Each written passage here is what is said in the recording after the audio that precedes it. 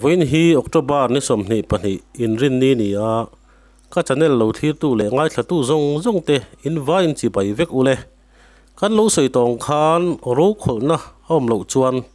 inrin zana pi in ron ti chua kan tum thin don khania tu na ero chuan kan ma lak lo captain lal chunga le a hoten barmaram paltanga chaina ram an lu dan kan ngai thale don ani kan tum dan phei chuan kar lak lo apo kan thu kho chang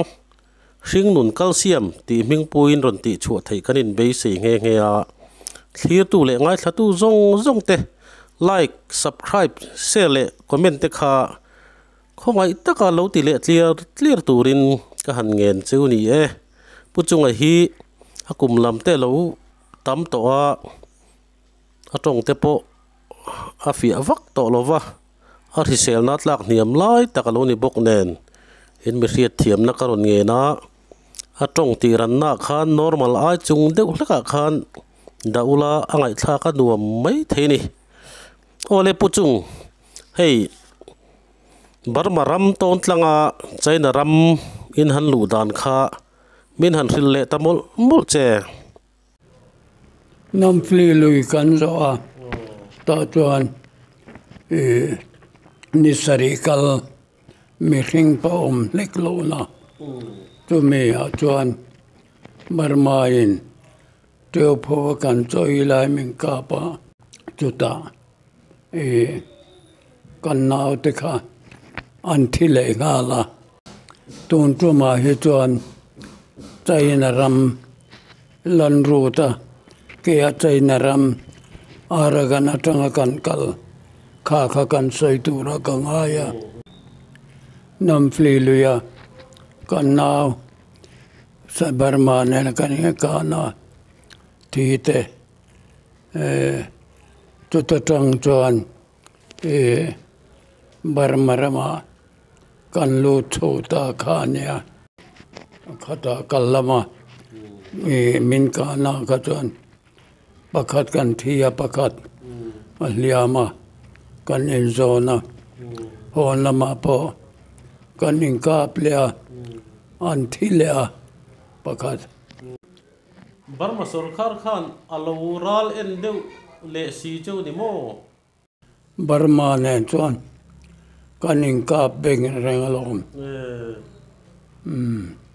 khitilaya barmaram chunga englova kan lu nuwa khan khanga te pau khan barma sipai ne khan kan in rem chong le nem barmaram kia kal hitu lanru sa kal hitu chaina ram keng nai deuh morin deuh lek nan MNF ka lo ke na ulaya chaina ram kal chung changa yan lanru ta voini kalania akal masa zokha kania chu kan kaldan po MNF sarkar rural na sang berkhan chaina rama kalle ni sela intirle ni sela antia chuta chuan chaina sarkar dor turin delegation member pathum dem khosiaka leadera panina lal thom funga pathum na khan cornel lungnema khang kha MNF rural chuan apata anni kha aragana tanga chaina ram thenga him taka khuai thleng turin vi battalion ke captain lal chunga le ka ho te kha min ruata ania ni somni paruk la som pakhat somni pasaria kan thuak ta chuan aragana tang khan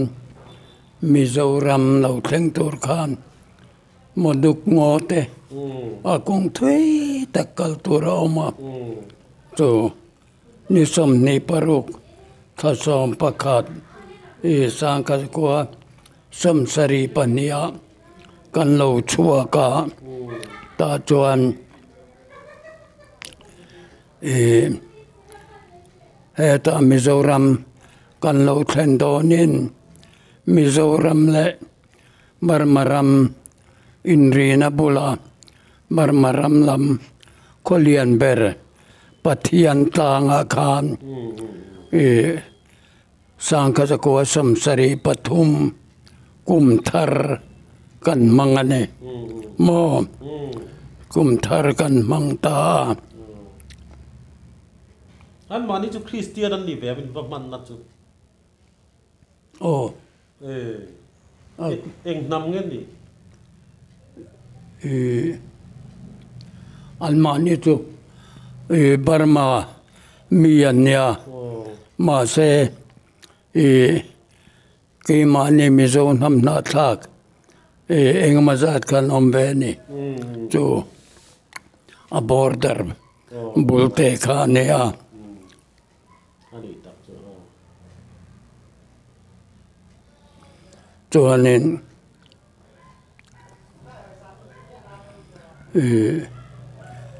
mar chu ta tang chuan kan kalta zela Burma le Mizoram inrina rul zela khan arem chandanin kan kala nisom nile pakwa mar samsari pathuma chuan Manipur le Burma in bazar tonna more ason daya son kan thleng pheya chuta chuan atu kha kan Independent Day buan champha khania chu lo mang kan tia kan ha to bokwa more tang chuan a khomi ten ei tur te min valak saka khatiang khan Independent Day chu atu ka chuan kan lom ve kan mang ve ta chu ta tang chuan apar chindun lam kan pan chota ni chindun kha alahan thui na sa khopa par chindun kan han thleng kha ami pui chenga te kha kan mi le sa mi zo nam na thak kan tiang kha khan lo om nola kan leader dem khosia ka chipui te kha an lo tam em maya mar vai phi kan tia mi chitiang ho ka thinga Burma sipai khan minron ti buai to lova khatila area chuan Marmaram chung tak tak khani to lai sia an ron khelo deuh chu ni lo mo ani ve deuh tho mai chu ta chuan chindun bol luipui tuipui naiber khua cheng kha khua khan kan lu tha chu ta chuan indo pui pani laya Burma sipaya hankal kha putar hielo oma chu chuan chindun kan na tur mun kha te kha min rila kan vakan chia na khan lui te chindun fin tur khan alo luanga chu nam fi luania nam fi mo nam fli alian em lian ve fiao thove ma che phai jol ram khania athen lai chuan kan dai bor lai te oma avaw kam khula zau ta khakal na tu te kha om thowa zol duai me nga tro te khan nam fli lui chu nisari in kalanga mi hring reng lo na chu wangin chu ta chuan ei tur te pawh kha kan in paia kan nisari kaltur reson kha kan in paia chuan kan kalta a nili vele miang o ni thuma miang kan han kal kha tiêu phổ trao lại khan ei rong kan bola kan kaldan kha sipai movement ang hian advangat an oma real god an oma advangat khan ni jing dar ko vel dar som vel bora khan ei rong bolna tiêu phổ trao rem chang lai kha hian ei rong bolang an tia khi ta kan kal le na tur le an nung lama real god khan duty kha ton khan da zel thova ta chuan ni thum vel anyang a nge ne nili kan han kal khan kan jing choi lai kha barma sipai khan min rang kap ta thut maya chu ta chuan kan naw lalrin zuala ratu khwa chu po chu amuna athitopa ti khan teo pho hetia kan ano ka ding lampang tang atang khan min ron ka pa bei lampang tang lampan khan ke ni kha kanin sa senga ma se to ilai kha kan ya ma ni silai te ma ni rok sai te po chu man lo kha kan ni deu veka ta chuan chu kan buai em na ni advangat duty lui na lama mi le lui mong lama duty te khan min hang ka phat po khan an han ka ve ngal maya an om na tang khan ara le lam an ma ni om na zo kan hang kai chho ve khan kan naw te po chon silai te po kan lo nei nual to ta ka chon ang ka pa ma ro chu kan thom no tlan san kha kal san mai chi kha ani tat lova chu kan buai em na kan naw lo thi to boxi ani kha phum ngai boxi a phum na tur then khatin chempuin man ruwa nei hekloi chempui ba athan a phum na tur an laya ma se pairam lei thania lung te tam lova khub kheng zen zon an laya chon an phum ta a khami kha thenian lo koya chuan a then khan heta kan bung ro tlan san kha zu chu leng aya ta chuan pathum te in kan in tir tha bung ra chu tur kha barma sipai ina kan om na min ron ka reng na pia he ta khan fit som level kamitang dung kha an han zo tha kan lui dung zo nam fli lui khan an suk khata luyan theng to ang ti khan na sa zo khan hetilaya ke ni kan naw te khan barma se pai me kap tu te khan an vaka beta achan tu khutilai kan naw te thom nala tur an zu mu theilo na tur khan ti khan tum thum vel an chuk lata an zulata ta chuan thi bil le te liam tuar le te kan om lo om siam kan thom no chek te ang ka te akal thei to mai da nom lo mo kan han cheka chu kan malam kha ni thum ni li vela mo la kal tur kha kan la nei siam ta chuan kan han in chek kha kan leader ber dem khosia ka pudem khosia ka ruksai ka lo la zula lo khata khan MNF real na sangina China dor tura antina lekha kha poimo kha vexia document kha dei ni mo be khami kha a lo chuan China kha kan ba dor thei don si lawa chumi la tur chuan tran kan han la le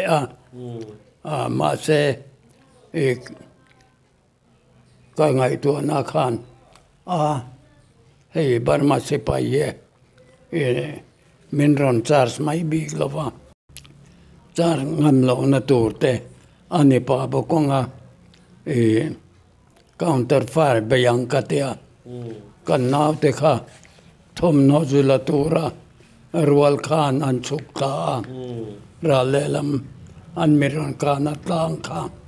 an han thenga katatang khan an vakap veta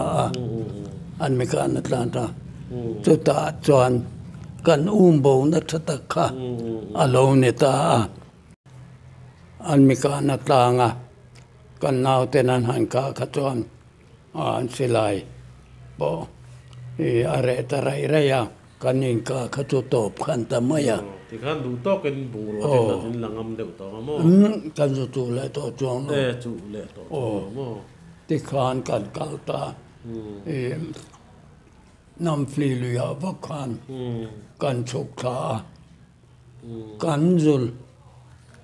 lak le lo na chana kha enge ni an tek ti kan trebi lo wa chu wangin kal thei tok tura kan in ngai chena khang kan du to ko ne maya ma sai kan ti fu ma khoya ma kan malama po kha mi te khan min ti boy zui to lo lui dung kha kan zo le ta chuan ni ruk kan han kal chuan lui kam sira khan kong trum lui kan muta ta khan khai hei khua po nai zo nyang an lui kal tun ma an lui kal na te po nyang kong trum tat mai an tia ta khan kan naw te kha thing le ra khen han no nula malam han khir tu an han tia chul kan mu an tia ke ma ni ang bokwa tiang tang ram nei khamo bar maram tang ram lo thu ta mo chul kan mu an tia ta chuan chu tam chu kha kong tu ma tang khan kan lui dung zo kha kal sanin kha kong tu chul lam chu kan pan ta bar maram kholo nai ber putarina min silakha kan han thing ta Kachin state ani Kachin state ta khan Kachin ho khami khua mi te khan MNF kan ni dan te zelen asol kan ni dan te kan han soi khan mi kha an lo lom pe adu po min tu saka in ha to sia chamula nak tu ka cho te po ruai te po the ho wila choi te kan se mang chuan te kan cham ta chuan kan cham ni khan KIA Kachin Independent Army Burma tanga independent tumbe bukmo khang ho kha petroling kha anlo kala ta khan kan han min mo ka tilom zia kan soya Southeast Asia heng Burma ma zalen na sol ho hi chu athei angin in pui tlang zelila ti kha kan rel kha kan rela an ni chu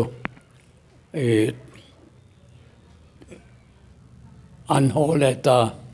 an om na chuan ta chuan khan nak tu ka kan ron khuai ang chu nang ma ni khuai tur kan ron ti range an ti an ho le ta chuan China type deuh khian an lo kal yang chumale atu ka min khuai tura local te chu mei che trup ka nya May si pai ho bo. Dan pa ngai te in se pai move dan khan ke ni alai luma min da chuan an a pos lo nai ber B company mona min ruai thenga chu ta tang chuan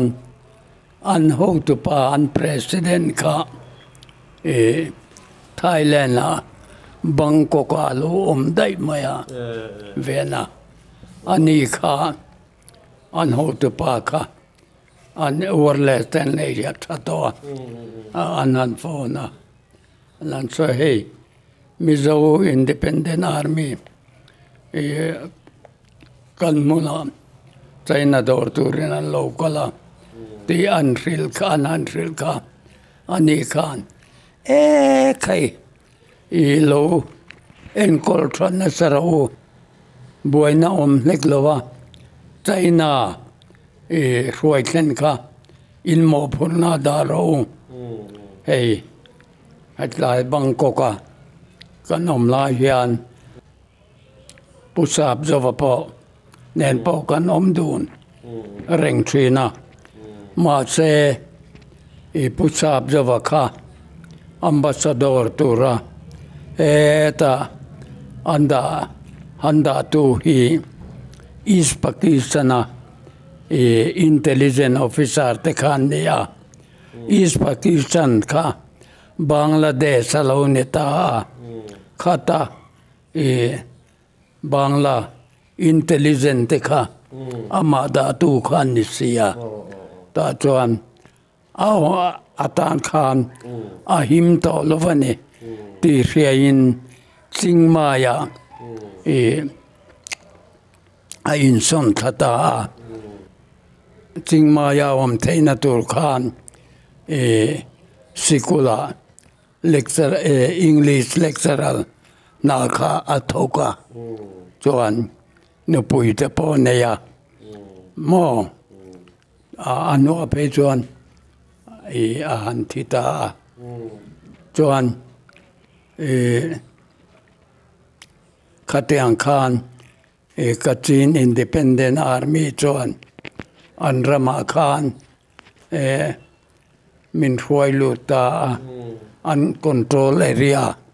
Burma se pai poina an ron lu chil ngambik lo na muna khan ta chuan kan om re khop mai China khan an lo film kurna sa khopa emen an va report khan KIA tel khachuan China kha ramchunga khan license post nei venia mo andor vering China andor vering thema kan chu Khatiang Khan ya Si pai form ten have karen ho chuan kachin ho chuan uniform ten nei ve thapang atro nei ve tho si pai ta kan ne ta chuan achan chu minen kol tu te chu Independent Army khan ve ta talo maro chu mi pui khua korang rang kha oma ami pui te po kha ami cheng te kha Kachin mi mo ting tlang khua ni chu Khatiang kha kan wang na samai kan cham hunol kan nga wang khan chuan an lai chan po sa tang khan kan ne na zong kha an va pe peya ta khan inquiry an ron bei ve thinia anyang voi thum voi li lai local ni ta khan min pom to nuwa po khan MNF dikta kan ni ti min pom to nuwa po khan ing sa kho benge an ni cho anh tiếng nghe này tí tê mình hàn giọt hàn rắn tí lẹ Christian gần này tên cho chú thir phiền ấy gần này bar khăm môi đồn lo va thir phiền ấy gần này gần tia tí khan kan han lu nuwa po kan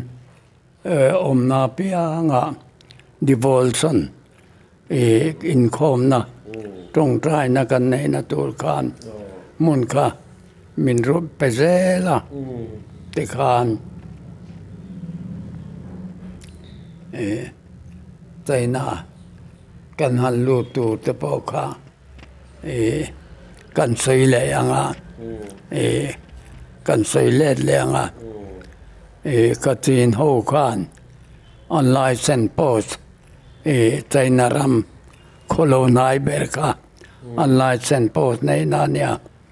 khamia kleng khan min han kha ta chuan ani te po kha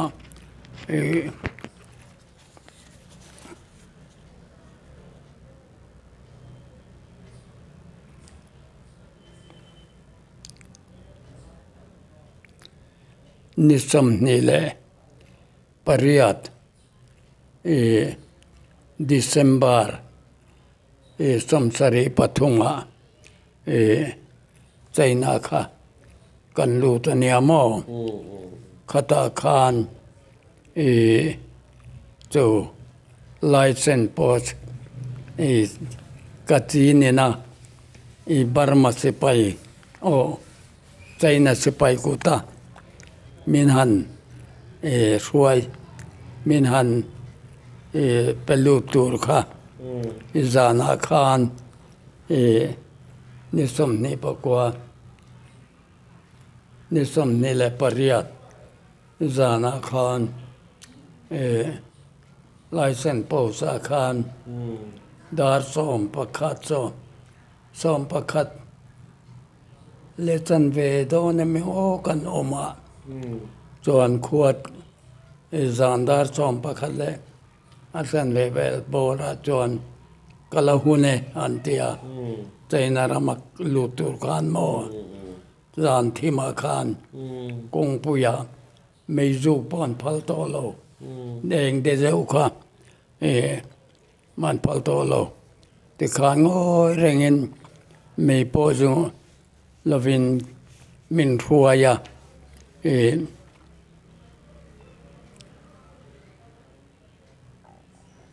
farlong ka sai thiam danin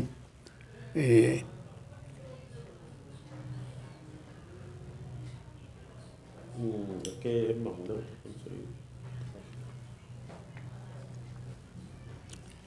kilometer tan ve don lai anyang te mayang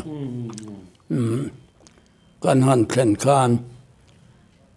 thutur ta in chol tur an tia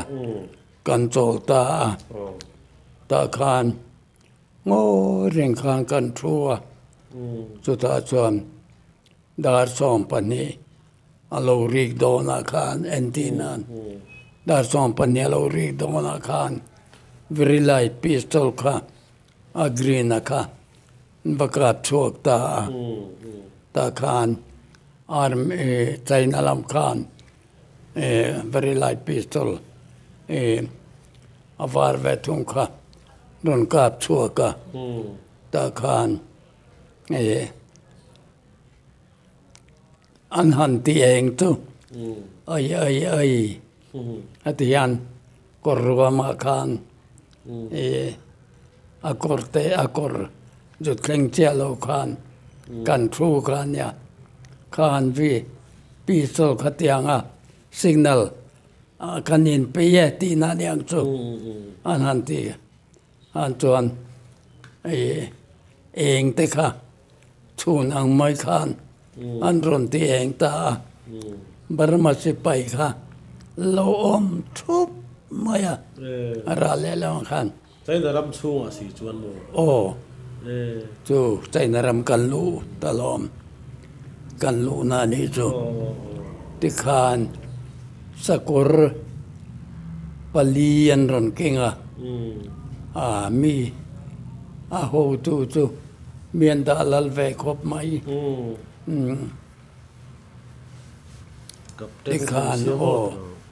sakora khan a suai tu kan mi suai tele ke ma pau ka ton na tur khan ron ti tela tiang khan sakor khan kalta lo ken chok zana khan zan khan ya ti chon dar som pani vel ka ti khamo kalta khuwar don China Yunnan province China post lo nai berkha kan han thleng ta chuan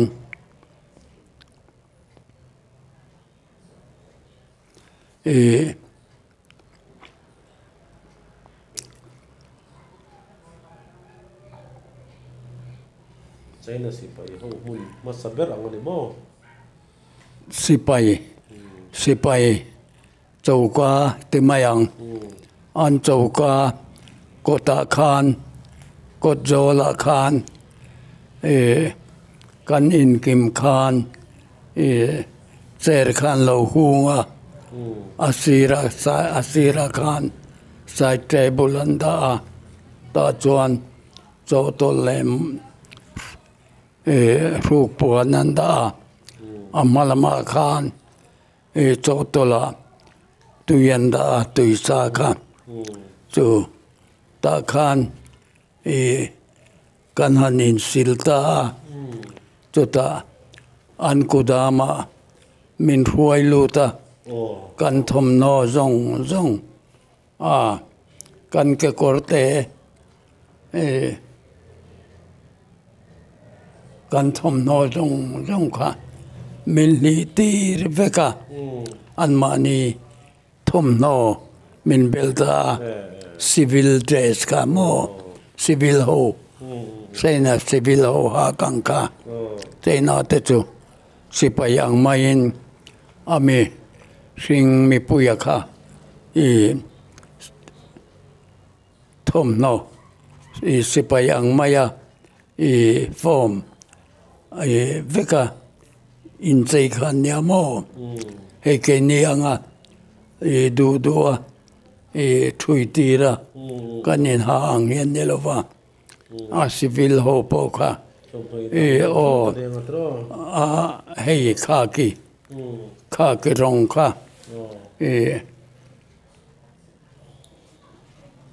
kor kha form kha a civil ho ha kang kha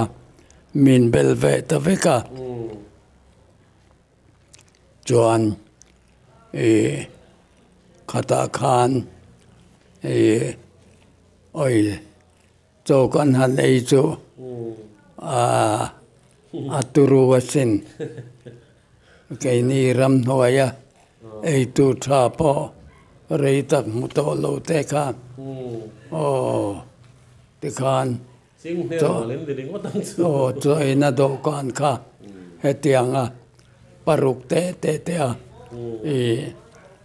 thut na chi ni lo do kan sei pui maya khan ei tur kha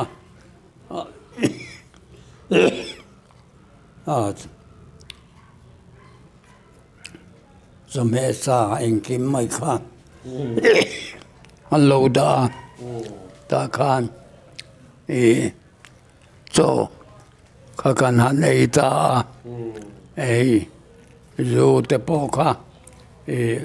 min chop tel veka kan sai te bula khan mo ka tiang khan kan han in ei tak tak mai chu turu sin eng sang e hian an lo chop ho chu sa che tin reng min lo chop che atam ber tu voksa hian e voksa po che nei chi thum la ya siam khamo a ro te a thum te ka tiang chi sang sang oi kan han ei kham kha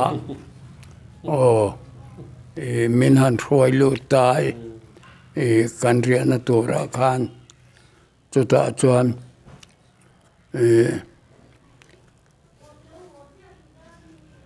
an ho tu pa khan tu na chuan hei Burma se pai te India se pai te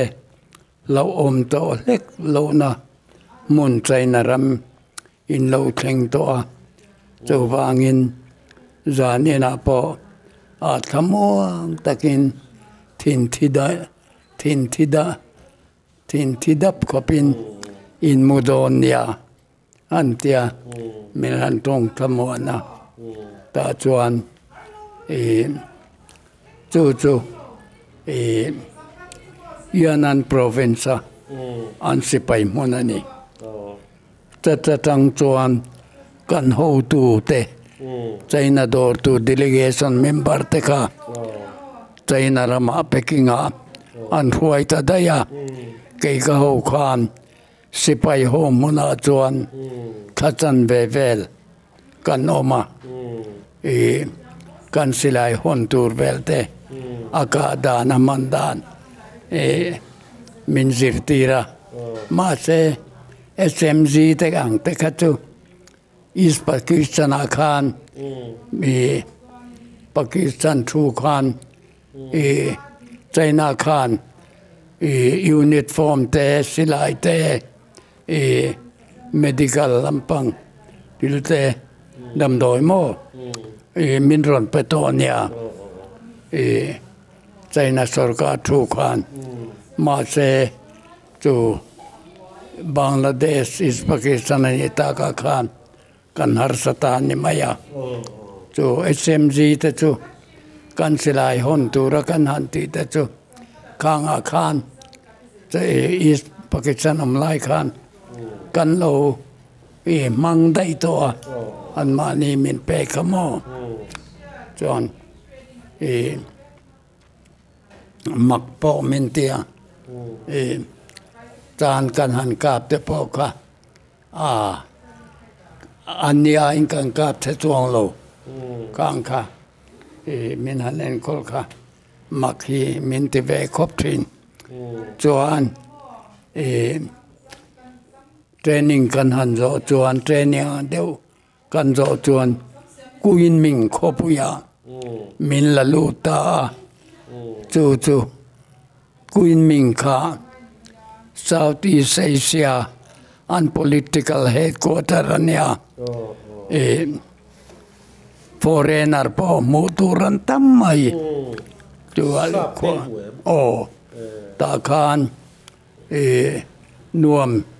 chen tur khan kang kalani ringot to mai ni tin mai hian kan mo min du sakha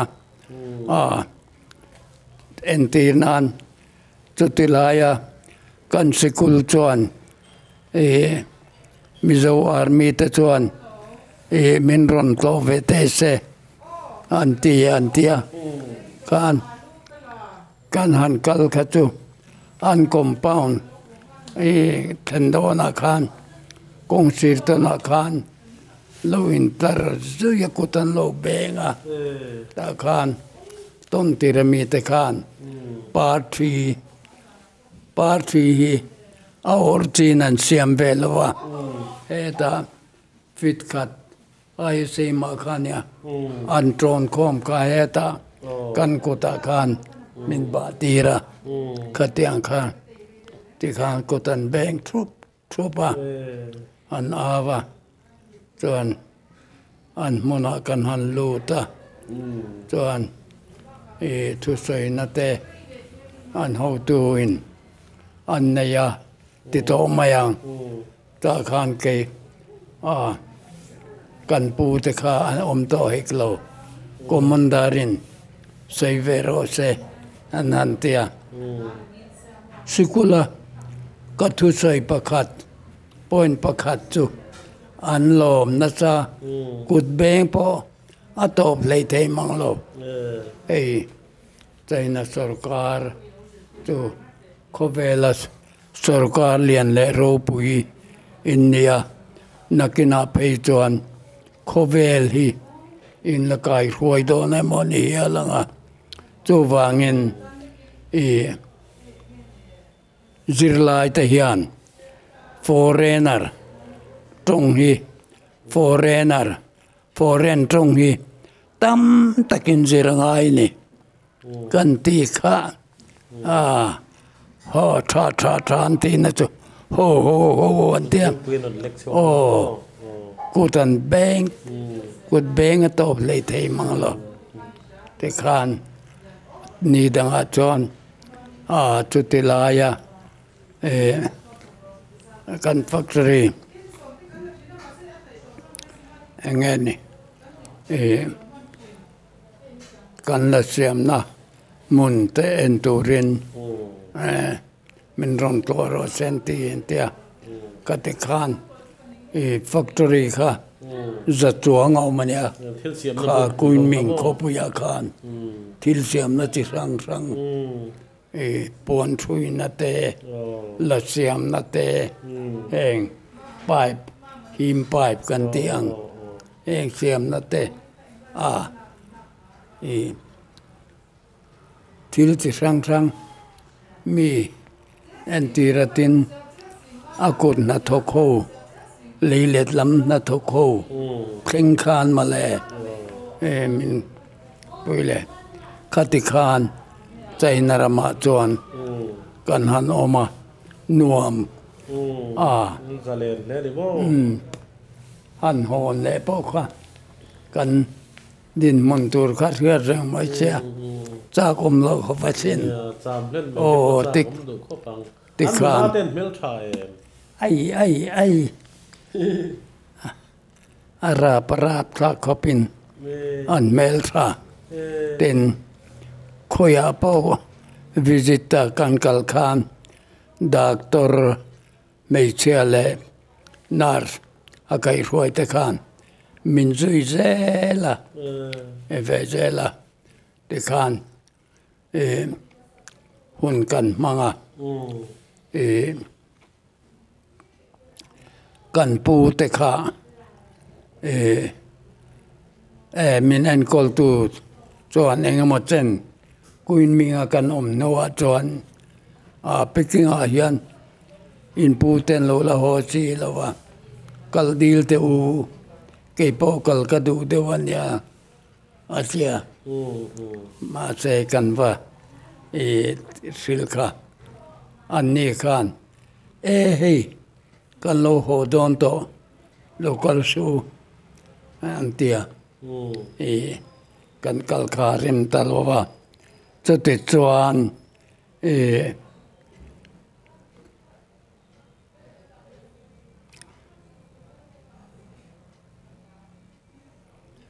nisom paruk thanga sangka zakwa samsari palia China tangin kan lo ho thale ta ni mo kan lo ho nga in kal na nuwa bok su na min ron ki le kong om du tom ve so inia ho kong a po ho ma po barma ne kan kan ka ple lom Sainolian kwa